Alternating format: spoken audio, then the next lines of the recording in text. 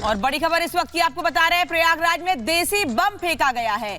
प्रयागराज में देसी बम फेंका गया है। प्रयागराज के कटरा इलाके में यह देसी बम फेंका गया है। क्या किसी को निशाना बनाने के लिए बम फेंका गया था जानबूझकर? प्रयागराज में एक तरफ सुरक्षा के कड़े इंतजाम है जगह जगह पर सुमित, लेकिन उसके बाद ये देसी बम फेंके जाने की खबर पुलिस के लिए भी चुनौती है। तो कटरा इलाका जहां पर इस देसी बम को फेंका गया है, तस्वीर हम आपको दिखा रहे हैं जिसमें आप देख सकते हैं फर्स्ट एंड एक्सक्लूसिव तस्वीर, जहां पर किस तरीके से इस बम का इस्तेमाल किया गया। बताया जा रहा है कि ये देसी बम है, देसी बम जिसका इस्तेमाल यहां पर किया गया है। प्रयागराज का कटरा इलाका जहां पर इस बम को फेंका गया है, और सवाल यह है कि आखिर किसकी तरफ से इस बम का इस्तेमाल किया गया, इसके पीछे क्या कुछ जो है वो वजह थी और किसे निशाना यहां पर जो है वो बनाया गया था। क्योंकि लगातार अनामिका एक तरफ अतीक और अशरफ अब अतीत हो चुके हैं, लेकिन शाइस्ता और गुड्डू मुस्लिम अभी भी फरार है। और गुड्डू मुस्लिम खासतौर पर इसलिए क्योंकि वो खुद ही बम बनाने में पूरी तरीके से एक्सपर्ट है और सभी राज उनके पास हैं। पुलिस उनकी तलाश लगातार कर रही है। इस बीच प्रयागराज के कटरा इलाके में बम फेंका जाना पुलिस के लिए भी चुनौती है कि देसी बम आखिर फेंका किसने और क्या किसी को निशाना बनाकर ये बम फेंका गया था। उस पर ये बम नहीं गिरा, अलग जगह पर गिरा जिससे ज्यादा नुकसान नहीं हुआ है। लेकिन ये तस्वीर उस जगह की आपको दिखा रहे हैं। जैसे ही लोगों ने इस देसी बम की आवाज सुनी, लोगों में अफरा तफरी मच गई। देखिए यह इलाका जहां आसपास कुछ बिल्डिंग्स भी आप देख पा रहे हैं और यहीं पर यह देसी बम फेंका गया था। लेकिन सवाल यह है कि आखिर किस पर यह देसी बम डाला गया, किस पर देसी बम से हमला किया गया था, या केवल दहशत फैलाने की मंशा से ये देसी बम यहां प्रयागराज के कटरा इलाके में फेंका गया है। पुलिस अब इस पूरे मामले की जांच कर रही है, हर पहलू से जांच कर रही है। और यह तस्वीर भी इस वक्त आप देख रहे हैं प्रयागराज के कटरा इलाके की, जहां देसी बम फेंका गया है। प्रयागराज के कटरा इलाके में सुरक्षा चाक चौबंद है। प्रयागराज में लगातार ये बातें कही जा रही हैं, लेकिन उसके बाद भी इस तरह से बम फेंका जाना कई सवाल खड़े करता है। वो भी वहां जहां लोग रहते हो, जो रिहायशी इलाका हो, जहां बिल्डिंग्स आसपास हो, वहां पर बम फेंका जाना कई सवाल खड़े करता है। कटरा इलाके में प्रयागराज के सुमित ये बम फेंका गया। बिल्कुल, और जांच जो है इसकी शुरू कर दी गई है। जांच यहां पर की जा रही है क्योंकि प्रयागराज में पूरी तरीके से हाई अलर्ट है। अतीक और अशरफ की जिस तरीके से हत्या की गई, उसके बाद खास तौर पर जो पूरा इलाका है वो बेहद संवेदनशील बना हुआ है और इस पर खास तौर पर प्रशासन की जो है नजर है। और उसी प्रयागराज के कटरा इलाके में किस तरीके से बम का इस्तेमाल किया गया उसकी तस्वीरें आपको। और एक और बड़ी खबर इस वक्त की आपको बता रहे हैं, शाइस्ता की लोकेशन पता चली है। प्रयागराज के बरेठा गांव में मिली है लोकेशन। सूत्रों से खबर मिल रही है कि बरेठा गांव में पुलिस की छापेमारी जारी है।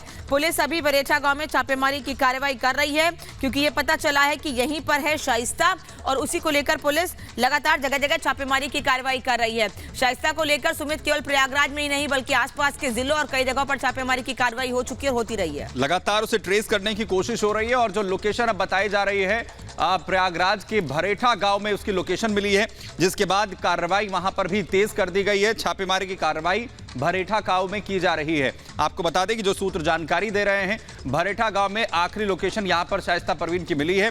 दरअसल लगातार वो अपने ठिकाने बदल रही है, अपनी लोकेशन को बदल रही है और तमाम जो जांच एजेंसियां हैं, जो पुलिस है, वो लगातार अलग अलग जगहों पर छापेमारी कर रही है, उसकी लोकेशन को ट्रेस करने की कोशिश कर रही है।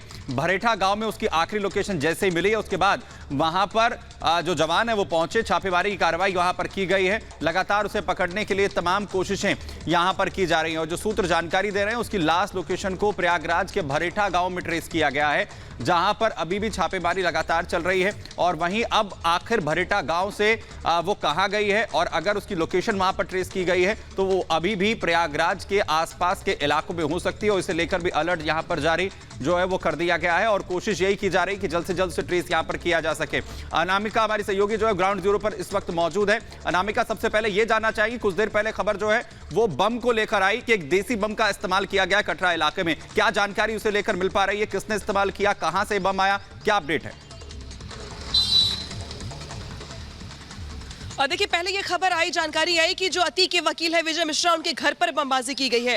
हालांकि पुलिस ने इस मामले को साफ कर दिया और ये कहा कि बमबाजी वहां पर नहीं हुई है। जो बमबाजी हुई है, छुटपुट वो हुई है कटरा के गोबर गली में। ये थोड़ा सा रश वाला इलाका है, पतली पतली सकरी गलियां हैं यहाँ पर और कुछ शरारती तत्वों ने यहाँ पे बमबाजी की है। हालांकि अच्छी बात यहाँ पर यह है कि किसी के हताहत होने की खबर नहीं है।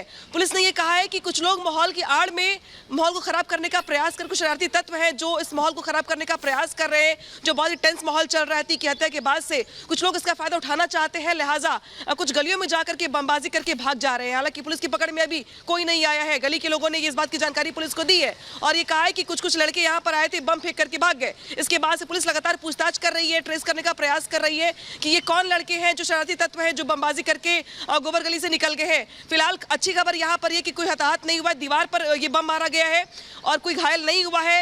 विजय मिश्रा ने भी साफ कर दिया है कि ये बमबाजी उनके घर पर नहीं हुई है, यानी कि अतीक के वकील सुरक्षित बताए जा रहे हैं। एक और वकील है उनके, दयाशंकर मिश्रा, उनको भी लेकर के इंफॉर्मेशन ये आई कि उनका घर भी उसी के आसपास में है, लिहाजा टारगेट वो भी हो सकते हैं। लेकिन वहां से भी साफ हो गया कि ये जो मामला है ये कटरा के गोबर गली का है, जहां पे बमबाजी की गई कुछ शरारती लड़कों की ओर से। हालांकि धरपकड़ पुलिस की ओर से जारी है और कर्नलगंज की जो पुलिस है पूरे मामले की पूछताछ कर रही है। पुलिस ने लोगों को आगाह किया है, लोगों से ये भी कहा उन गलियों में जाकर के कि अगर कोई ऐसा तत्व दिखाई दे आपको तो आप पुलिस को इन्फॉर्म करिए, उसकी फोटो खींच लीजिए। जहां पे लोगों के कैमरे लगे हैं, खराब हो गए हैं, उनको ठीक करवाइए। यानी कि जो टेंस माहौल चल रहा है प्रयागराज में, जहां पे कम से कम आज से नेटवर्क आने शुरू हुए हैं, आज से नेट चलना शुरू हुआ है, कुछ लोग अभी भी ऐसे हैं जो इस माहौल को खराब करना चाहते हैं, चाहते कि टेंशन बनी रहे। क्या उन लोगों के बारे में पता चल पाया है जिन लोगों ने ये दहशत फैलाने के लिए देसी बम इस इलाके में फेंका था? क्योंकि प्रयागराज में पूरा माहौल पहले से ही संवेदनशील है, जगह जगह सुरक्षा है, उसके बाद भी ऐसे कैसे लोग हिम्मत करके बम फेंक देते दहशत फैलाने के लिए?